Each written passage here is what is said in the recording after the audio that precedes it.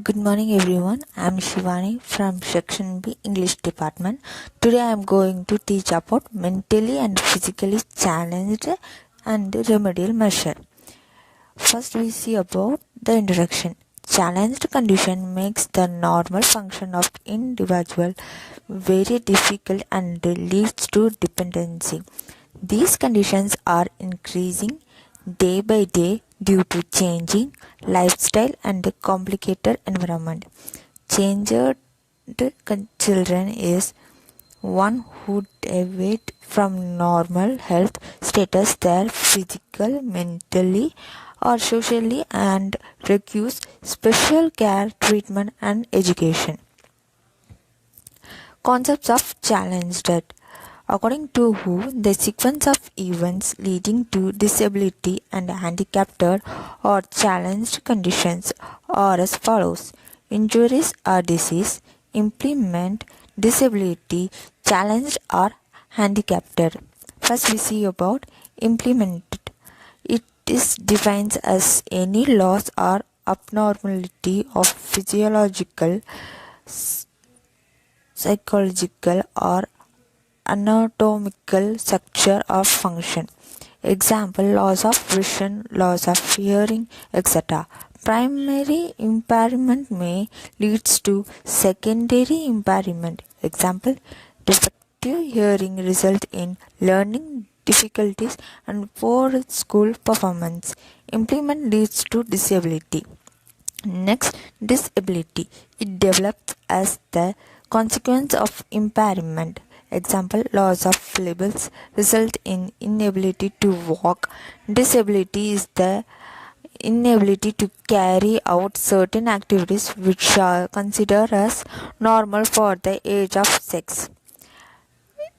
Inadequate or challenged. Handicapped is defined as a disadvantage for a given individual resulting from an impairment or a disability that limits and prevents the fulfillment of a role which is normal for that individual depending on age, sex, social and cultural factors. Primary handicap may lead to secondary handicap conditions. Example, blindness leads to economical handicapped situations. Next we see about remedial measures. A contract is comprised of reciprocal promise. In a contract of sales, if seller is under obligation to deliver goods, buyer has to pay for it. In case buyer fails or refuses to pay, the seller is an unpaid seller.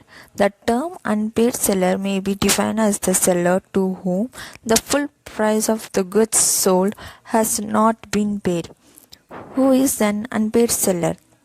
Section 45 of the Act defines an unpaid seller thus: the seller of goods is determined to be an unpaid seller within the meaning of this Act when the whole of the price has not been paid or tendered.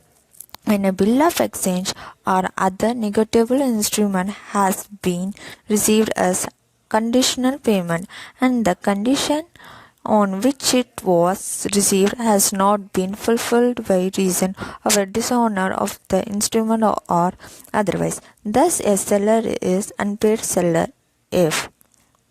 Next we see about rights of an unpaid seller. An unpaid seller has twofold rights.